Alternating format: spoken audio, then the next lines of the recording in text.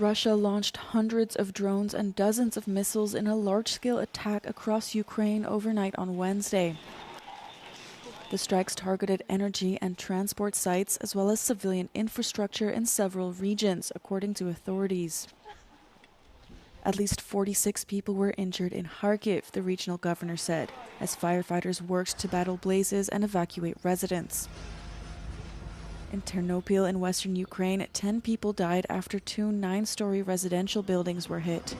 12 children were among 37 injured there. An energy facility was struck in the Lviv region, authorities said, with no injuries reported. Ternopil and Lviv are situated away from the main front lines in western Ukraine, where many people from the east and south came for relative safety. In response to Wednesday's attacks, Poland temporarily closed its Lublin and Rzeszów airports, according to the Polish Air Navigation Services Agency. The airports were closed to accommodate the deployment of fighter jets to ensure the safety of Polish airspace.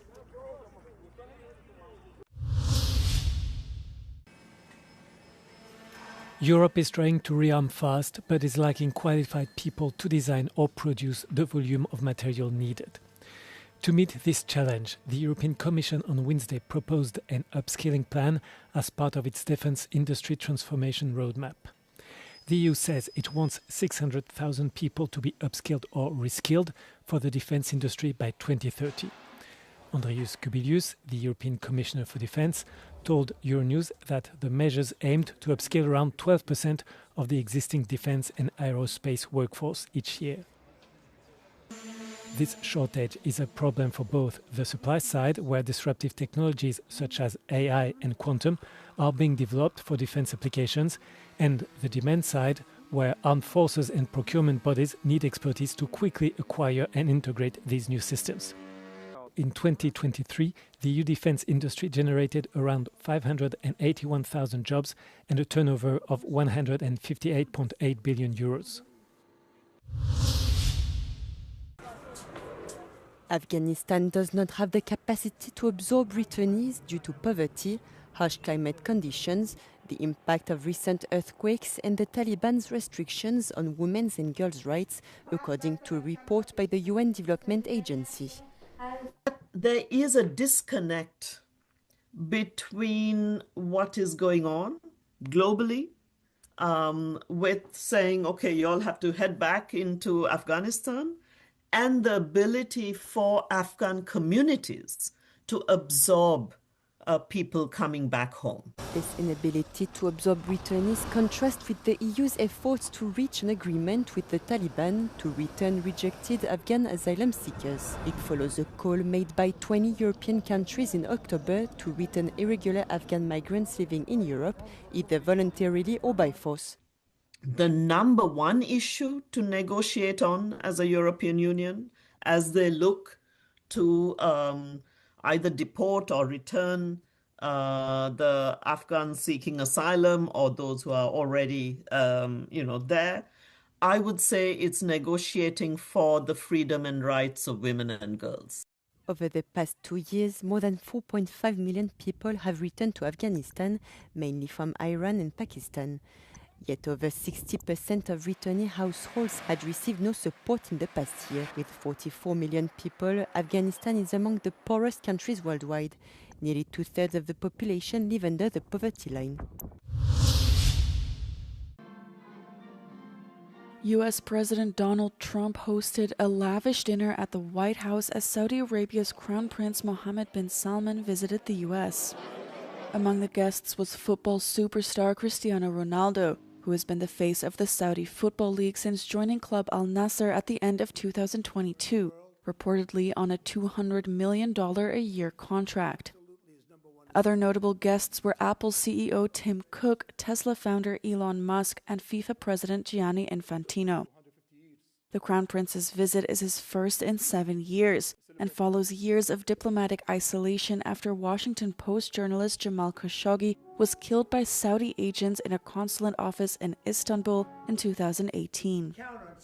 U.S. intelligence agencies believe the Crown Prince approved the operation, but he has denied any involvement in the killing.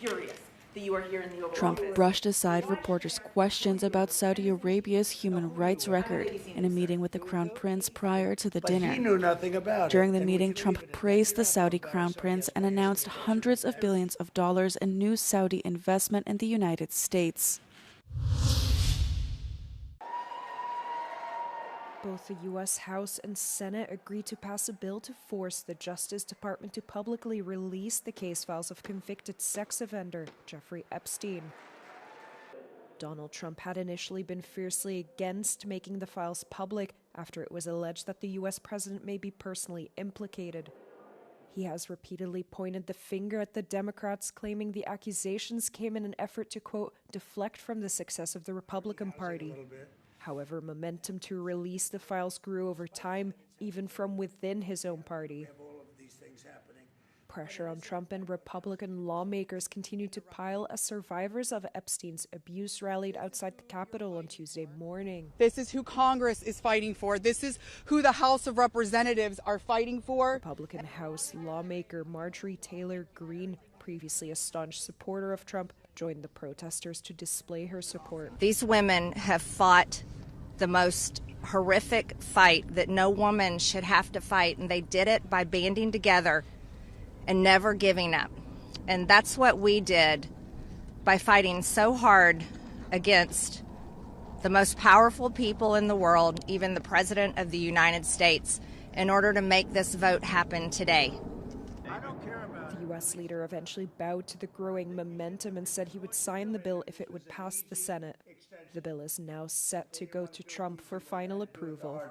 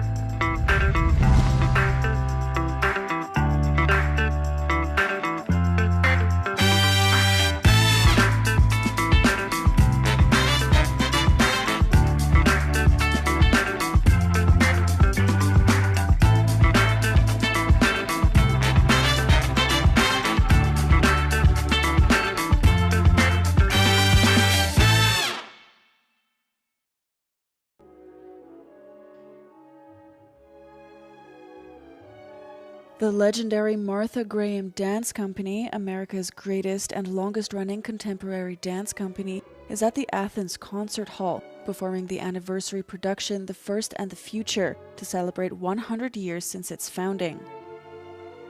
Martha Graham is universally regarded as the founder of contemporary dance and created an entirely new dance technique known as the Graham technique, characterized by dramatic, intense, and angular movements.